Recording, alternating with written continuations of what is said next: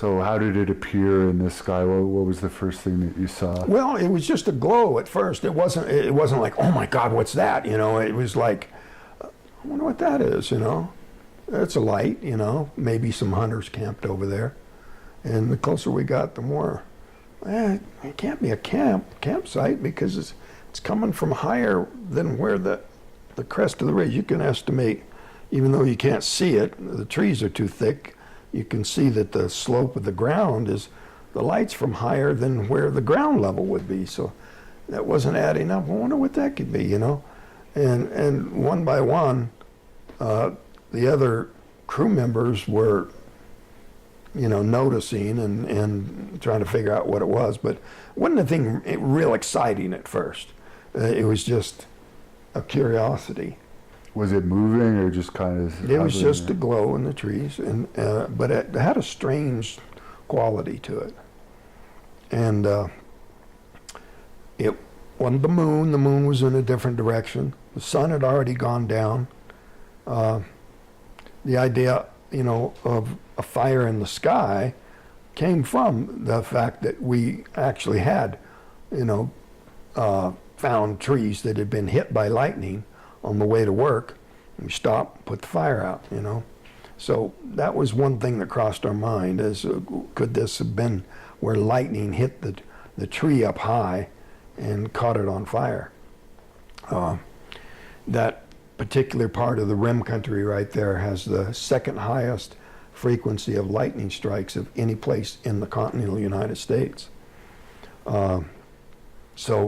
And fires are pretty serious out here with all the dry weather in the wood. And we're on the front row when it comes to putting them out. You know, if there's a fire, they'll come and get us, and because we have the equipment, the experience, we're ready to move, and on short notice we can get over there and get a fire put out.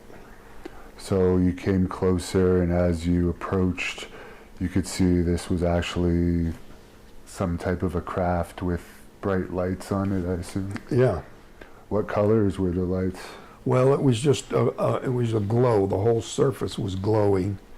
It was broken up with darker areas, kind of a metallic. But it just kind of lit up the whole area and made everything look kind of real weird. It's kind of a very odd kind of a light.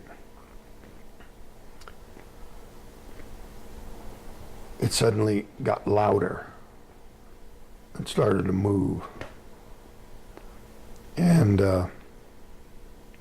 it was just kind of a reflex. Instead of just running at that point, I just ducked down behind a log there.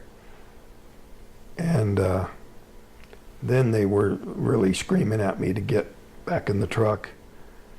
And so I decided to run back to the truck. But when I stood up, I just felt this numbing shock go through my body. It was quite a bit like I touched high voltage or something. But they said it just picked me up and threw me like 15, 20 feet. And John said it was like a sack of meat hit the ground, like there wasn't a bone in my body. And Steve yelled out, "It got him," which in his vocabulary means it killed him, you know. And I guess from the time you were zapped, you were pretty much unconscious. I was unconscious, yeah. So you don't even really remember feeling the pain other than... when I regained consciousness, I felt a lot of pain. And what happened when you regained consciousness? Well, it was in and out for a while. Every time I'd kind of start to wake up, you know, the pain would knock me out. But I finally could see this light above me, and I could hear the sounds of movement around me. And what with all this pain, something really terribly wrong inside, I thought, maybe I'd been injured and that the crew had taken me to a hospital. So I thought this sounds of movement around me were doctors. And I couldn't focus my eyes. It actually kind of looked like doctors at first. And when I could finally focus my eyes, I could see it was these creatures. And I just flipped out.